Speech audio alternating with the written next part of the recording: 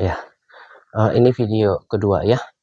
Saya baru ingat ya, saya ada utang dalam tanda kutip ke Bow itu ya, karena uh, uh, saya udah janji nanti mau buatkan video tentang bagaimana berdoa untuk our lost loved ones ya, berdoa untuk orang-orang yang kita kasih yang mereka belum lahir baru gitu ya. Nah, um, seperti biasa ya, Bow ya, dan juga untuk saudara yang mungkin juga punya pertanyaan yang sama, bagaimana kita untuk mendoakan orang-orang kita kasihi ya. Nah, saya awali dengan kesaksian. Dulu ketika saya sudah lahir baru, itu tahun 2018 ya. Dan itu setelah semakin mengerti, katakanlah tahun 2020 ya, saya semakin mulai terbeban pada saudara-saudara saya gitu ya. Nah, jadi bayangin aja sampai sekarang itu bukan 1-2 tahun maksudnya gitu ya. Nah, um, uh, sometimes it takes time ya, like a long journey ya. Kadang-kadang itu membutuhkan waktu yang panjang kayak sebuah perjalanan gitu ya. Tapi tetap percaya ya, tetap percaya. Karena firman Tuhan berkata bahwa satu orang diselamatkan dalam satu keluarga, maka seisi rumah diselamatkan, seisi keluarga itu diselamatkan karena ada pendoa syafaat. Kalau Abraham saja, satu orang Abraham saja, kalau tadinya memenuhi syarat untuk mendapatkan jumlah orang benar, ya, if I'm not mistaken, pada akhirnya minta 10 ya, 10 ya, 10 atau 5, sorry saya juga bisa lupa ya.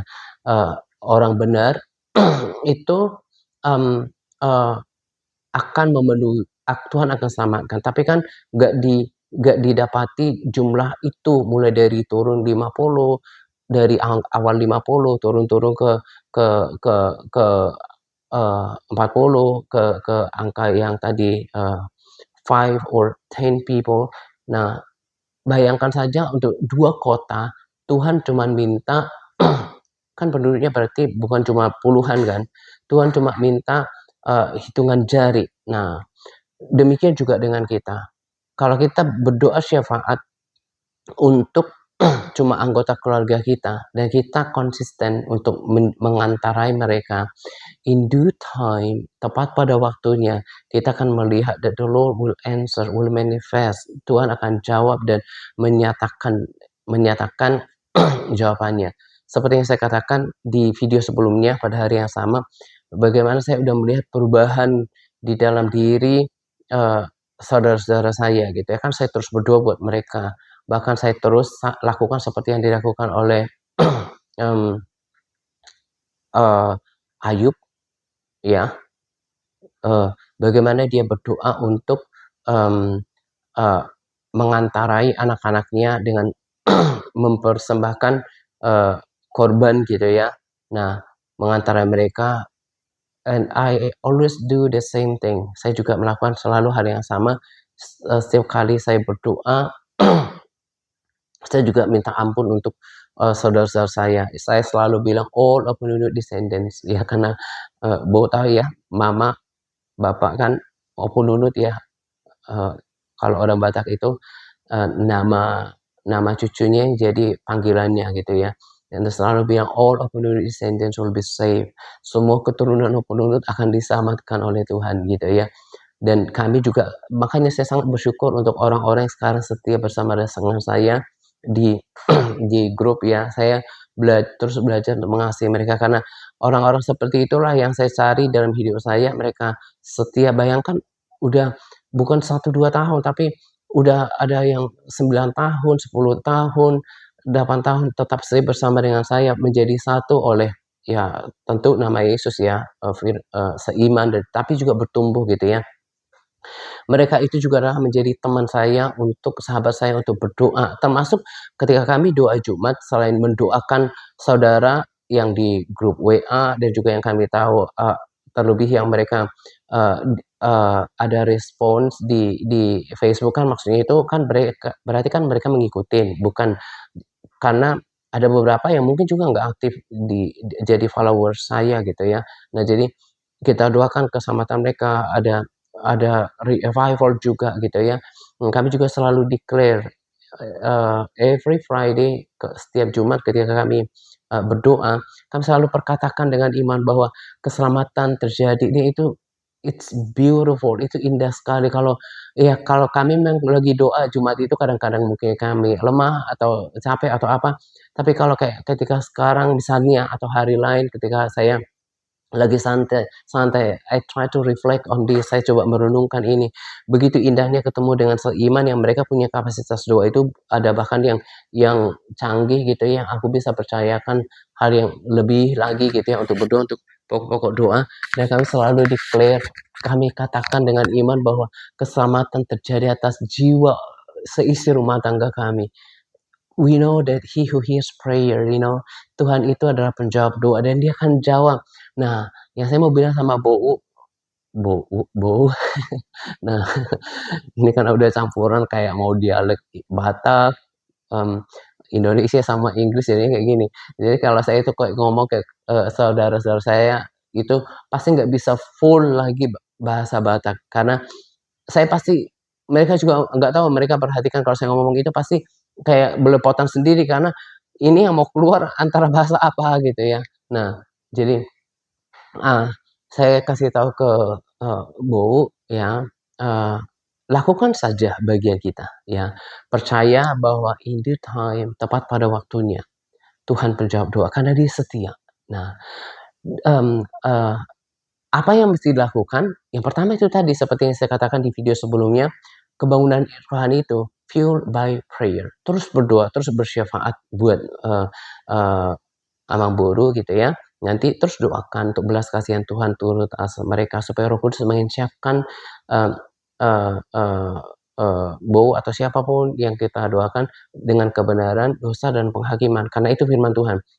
Karena Roh Kudus itulah satu-satunya pribadi yang menyadarkan orang. Kita nggak bisa mengubah orang, tapi kalau Roh Kudus udah bekerja dalam hati orang,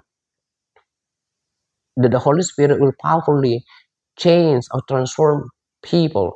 Roh Kudus itu akan dengan berkuasa dengan dahsyatnya mengubahkan, mentransformasi orang gitu ya. Jadi Bowo jangan panik atau merasa kayak kurang berdoa gitu ya. Tetap doakan dengan iman. Lalu Alkitab juga mengajarkan kita, nyatakanlah segala hal keinginan kepada Tuhan disertai ucapan syukur. Nah, walaupun belum terjadi, kita harus, bersikap seperti firman Tuhan katakan, "Terima kasih Tuhan untuk keselamatan anggota keluarga saya. Terima kasih untuk keselamatan suami saya," gitu ya, Bow gitu ya, mmm, eee, "Amat takut," gitu ya bahasa bahasanya. Nah, mengucap syukur untuk anak-anakku gitu ya, mereka akan mengenal Tuhan. Nah, stay positive, tetap positif. Dan kabar sukacitanya adalah dan saya percaya semua apa yang didapatkan oleh Brandon, ketika kita terus berdoa, Tuhan bilang bahwa, "Saya kirim 2 malaikat per 1 orang untuk mengarahkan mereka ke jalan-jalan kebenaran, jalan keselamatan." Dan tepat pada waktunya, mereka akan benar-benar kayak, eee pada saatnya mereka tersadarkan dan mereka sungguh-sungguh mau mencari Tuhan. Nah, itu kenapa saya terus suka berdoa bersama Brandon, karena selain aku berdoa sendiri, berdoa bersama sahabat-sahabat saya juga bersama Brandon itu berdoa untuk banyak hal, untuk kehidupan kita, kemudian juga untuk keselamatan keluarga kita, gitu ya. Makanya saya dorong untuk orang ikut juga berdoa bersama Brandon, gitu ya. Nah, mengucap syukur dengan iman bahwa, "Tuhan karena Engkau setia, Engkau menjawab doa, ya saya nggak bisa ngubah orang, justru semua itu karena Roh Kudus," gitu ya. Jadi mengucap syukur. Nah, juga tambahannya, ya kita selaku orang yang memang udah lahir baru, eee, we have to show, ya kita harus, memperlihatkan bagaimana seorang yang sudah lahir baru, ya, dalam perkataan kita, dalam sikap kita, sehingga, eee eee, somehow entah bagaimana mereka pikir, "Kok beda ya?" Eee, dia lebih sabar mungkin, kata-katanya lebih terjaga. sebagai istri melayani rumah tangga menjadi lebih baik gitu ya. Nah, itu akan membuka hatinya. Terus satu lagi tambahan adalah selalu dari firman Tuhan. Firman Tuhan katakan bahwa ilah zaman ini membutakan mereka. Jadi contohnya adalah yang lebih nyata adalah orang Kristen merasa berpikir cukup sekali ke gereja, ya. Iblis memang tidak mau kita mengenal kebenaran karena kebenaran itu akan memerdekakan kita. Makanya iblis berusaha membuat orang Kristen ngantuk baca firman. Padahal makanya selalu kan saya bilang kalau saya melayani orang, kenapa mereka menjadi berubah dan bertumbuh sekarang? Itu karena firman. Jadi, kalau ada di antara orang yang mendengarkan video saya mau bilang saya bertumbuh dengan rohani, nggak boleh cuma suka nyanyi-nyanyi lagu rohani atau berdoa karena kebutuhan gitu ya, karena ada pergumulan. Tapi harus menjadi satu paket lengkap, baca firman, doa, pujian, penyembahan gitu ya. Nah, jadi, eee eee, nanti ketika sering semakin, memahami firman Tuhan, jadi harus memang Tuhan udah berikan kita kuasa Roh Kudus bukan karena kehebatan kita. Jadi dari dulu juga ketika Tuhan membentuk Adam, Tuhan itu kasih kuasa kan untuk berkuasa atas ciptaannya. Nah, caranya juga faktanya juga sama, kebenarannya juga sama bahwa Tuhan memberikan kita kuasa, ya. Untuk kita doakan kurang lebih seperti ini bahwa setiap penghalang-penghalang kan Alkitab katakan itu, penghalang-penghalang ilah zaman ini yang berusaha untuk membutakan, mata rohaninya ya, sehingga dia tidak mengerti kebenaran, aku hancurkan dalam nama Yesus, kalau bahasanya I remove it, saya, eee, ya saya hancurkan dalam nama Yesus, saya ikat dalam nama Yesus, aku berdoa supaya, bukakan pikiran mereka. Kan ada juga Alkitab katakan, ketika mereka berdoa, ketika, jemaat berdoa, sehingga Tuhan membukakan pikiran mereka, sehingga mereka mengerti firman Tuhan. Jadi ketika kita berdoa supaya Tuhan bukakan pikirannya, karena pikirannya itu yang dibutakan. Mereka bukan orang yang jahat, maksudnya itu ya mungkin ada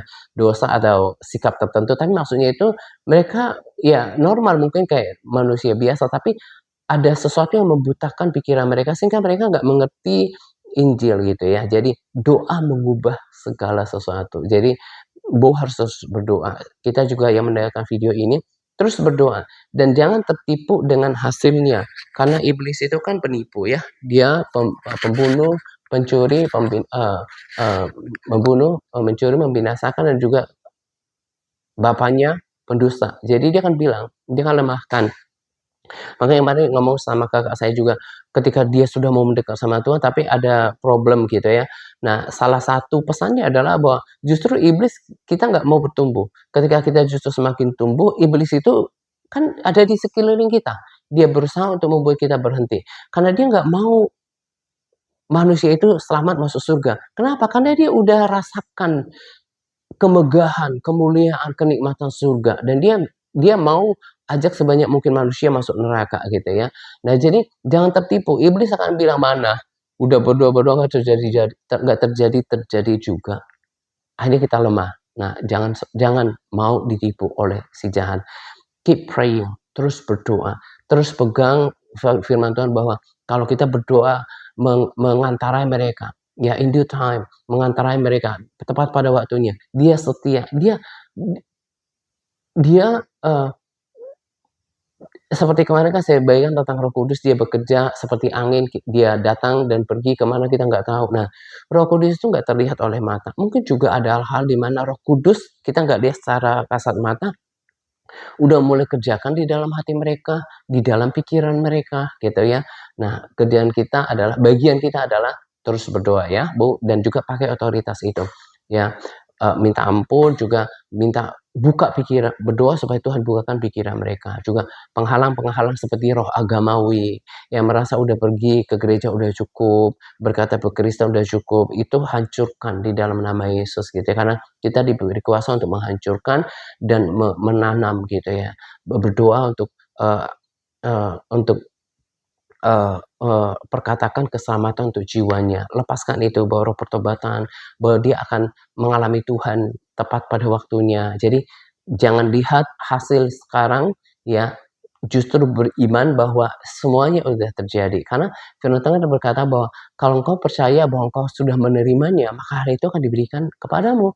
Jadi kalau sudah percaya di dalam iman bahwa semua anggota keluargaku akan diselamatkan. Entah nanti misalnya yang bandel, pas nanti hari hanya gitu ya, misalnya udah mau akhir-akhir, dia baru benar-benar mau bertobat, tapi pegang janji itu, ya, supaya, karena Tuhan itu bekerja berdasarkan iman. Kan Tuhan bilang, "Terjadi sesuai dengan imanmu." Kalau imanmu percaya bahwa mereka diselamatkan, and they will be happen. Dan itu akan terjadi. God will manifest that in our lives. Tuhan akan menyatakannya, di dalam kehidupan kita gitu ya. Bahwa itu terus bersemangat, jangan merasa kurang berdoa gitu ya. Justru harus percaya doa itu udah ditampung di cawan doa oleh Tuhan. Nanti tepat pada waktunya Tuhan akan nyatakan gitu ya. Nah, kiranya menjadi motivasi buat yang lain supaya tahu bahwa kita itu harus menjadi pendoa syafaat untuk saudara-saudara kita. Dan juga nggak menjadi lemah ketika jawaban doa belum dijawab. Saya tambahkan satu lagi bahwa orang beriman, orang yang beriman yang kuat itu bukan berarti bukan berarti apa-apa yang didoakan terjadi, bukan. Nah, justru orang beriman itu adalah orang yang tetap teguh sekalipun, jawaban doanya, belum belum terjadi, bahkan hidup tidak seperti misalnya ngikut Tuhan tapi banyak tantangan, tapi tetap, keep pressing on, terus berjuang gitu ya, tetap berjuang. Nah, itu namanya orang beriman. Kenapa saya katakan seperti itu? Sebab ada dasar firman berkatakan bahwa ujian itu adalah untuk memurnikan iman kita yang jauh lebih lebih murni daripada emas, gitu ya. Nah, saya pernah dengar hamba Tuhan yang bisa dipercaya katakan bahwa bahkan tidak semua jawaban doa kita itu kita tuai di bumi. Nah, ada nggak kira-kira dasar firman-Nya? Ada, karena ketika iman seseorang teruji berkualitas emas, artinya itu nggak mudah goyah, nggak mudah patah semangat, tetap bersemangat. Di surga nanti kita akan terima namanya puji-pujian, kehormatan dan kemuliaan. Dasarnya apa? Ya itu tadi. Oh, misalnya, ibu ini contohnya aja ya, karena ini video pertanyaan bohong. Ibu ini kan nanti akan ada masa kita akan diberikan puji-pujian, penghormatan dan kemuliaan. Nah, dia kan ceritakan bahwa ibu ini layak menerima pujian dan itu kekal. Kenapa? Karena dia tetap bertekun berdoa sekalipun bahkan jawaban doanya itu, tidak terjadi semua seperti yang diharapkan di bumi, atau ketika dia berdoa, dia tekun berdoa untuk waktu sekian tahun, tetap beriman sama Tuhan. Walaupun nggak instan terjadinya. Nah, itu nanti akan terjadi. Alkitab semua bilang itu, bahwa kita nanti akan menerima puji-pujian, kehormatan, kemuliaan. Jadi, apa dasarnya orang mau dipuji? Berarti ada prestasi rohani kan? Tekun berdoanya, hidup dalam ketaatan, menjaga kesucian, dia bekerja untuk Tuhan, memberitakan Injil gitu ya. Makanya itu salah satu yang motivasi diri saya, walaupun bukan motivasi utama, bahwa saya itu mau mempersiapkan kekekalan saya. Di bumi kita sementara, udah nggak lama lagi bahkan gitu ya. Makanya saya terus bersemangat. It is not always easy. Ya nggak selalu mudah untuk lakukan buat video seperti ini, karena ini bukan cuma berkata-kata biasa, but you have to release power, anointing, sehingga ketika ketika orang mendengarkannya, they get something. Bukan cuma ngomong kata-kata, tapi perlu kuasa yang membangkitkan, sehingga ketika orang mendengarkan mereka dapatkan sesuatu gitu ya. Tapi saya pilih berserah, bersandar sama Roh Kudus supaya menopang saya gitu ya. Nah itu, jadi tetap berdoa, ingat bahwa nanti ada upah bagi mereka yang tekun gitu ya. Makanya, setelah bergabung ketemu dengan saya, Bo juga kan bersyukur ketemu walaupun lewat video, tetap lebih bersemangat lagi karena baca firman, karena itu pondasi. Kalau orang mau bangun kekristenan tapi nggak baca firman, saya mau bilang, "You are way off, Anda keliru." Bahkan ada orang tua berkata, "Biar anak-anak saya nanti menjadi yang anaknya yang takut akan Tuhan." Padahal orang tua nggak didik mereka baca firman. Saya pikir Anda cukup keliru di sini, karena semuanya itu adalah firman Tuhan, gitu ya.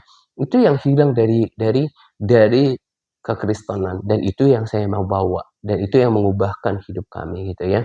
Kiranya menjadi berkat buat semuanya ya. Nanti satu lagi hari ini saya mau buat rasanya video pendek, juga saya pernah janji, bagaimana kalau kita udah lahir baru, dalam prosesnya kita jatuh dalam dosa gitu ya, saya akan buat, videonya lagi gitu ya. God bless.